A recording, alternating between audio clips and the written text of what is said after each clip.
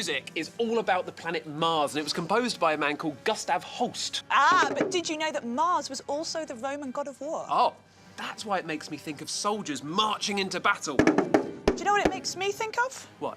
That we should actually explain how these drums work. Good idea. Drums have been around for a long, long time, and they were often used in war. A drum has been found by archaeologists in a place called Moravia in Europe, and it turned out to be 8,000 years old. Whoa! But drums are pretty simple instruments. They're called percussion instruments. And percussion just means one thing hitting another. Thank you. And so to play a drum, all you need to do is hit it.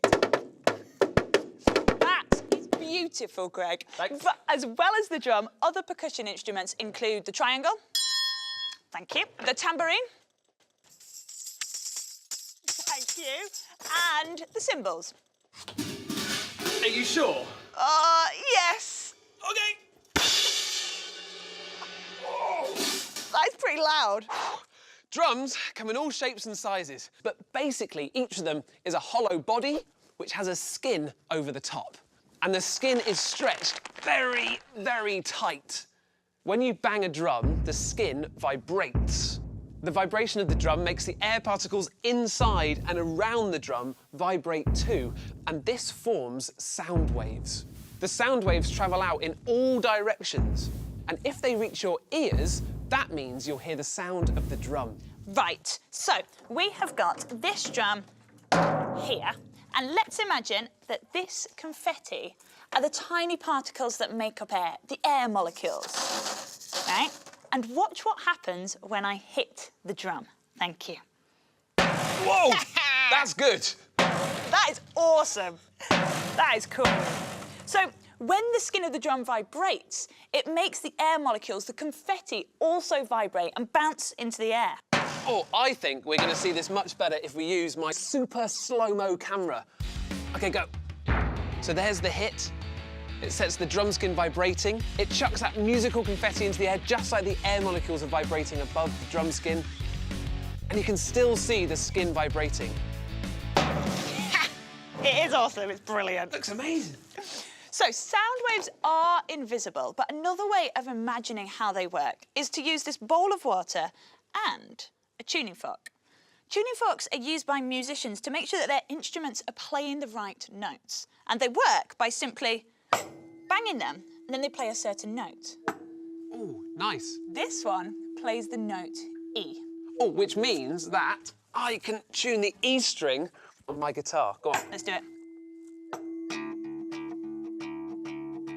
You there? That's it.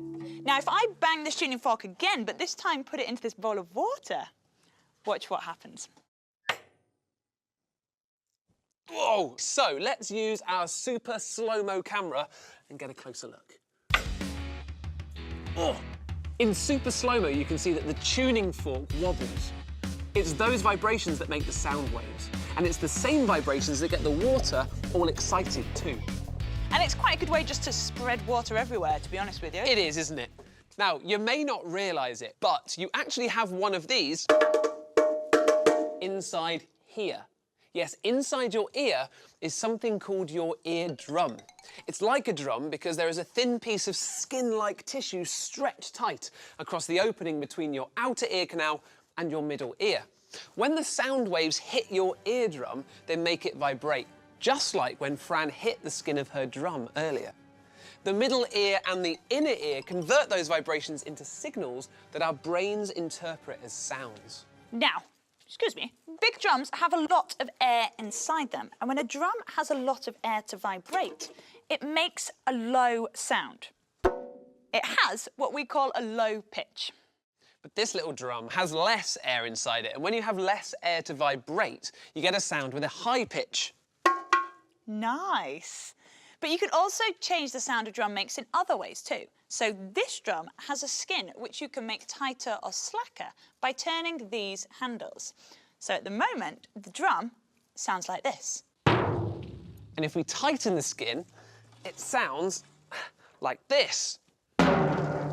Higher. You can even tighten the skin as you're playing it as well to change the pitch. The other thing that's interesting is that the harder you hit the skin, the larger the vibrations and the louder the sound. But the lighter you hit the skin, the smaller the vibrations and the quieter the sound. And that is what we call volume! There are lots of different types of drums and drum sounds. You can play just one drum, like a marching drum. Thanks, that's enough. Thanks, that's great. Cheers, thank you. Or you can put lots of different drums together to make a drum kit. And that is exactly what we're going to do right now in a 1, 2, 3, 4.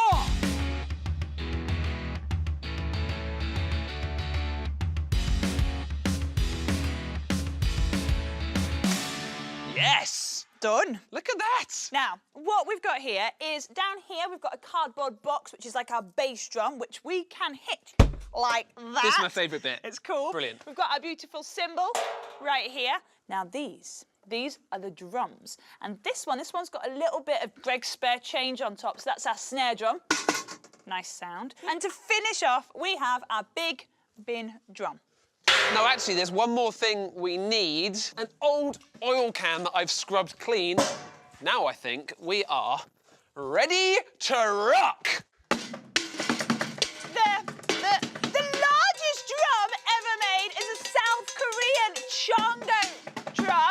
It's 5.5 meters wide. It's 5.5 meters wide, 6 meters tall, thank you, and weighs 7,000 kilograms. That is heavier than an African elephant. However, if you want to make drums that are simple and easy to make, fun to play, and cost hardly anything, then we are going to show you how. What you need is a plastic cup, elastic band, a balloon, and some scissors. Now, be careful with the scissors. And what you do is you take the balloon and you simply just snip off the neck of the balloon, like that.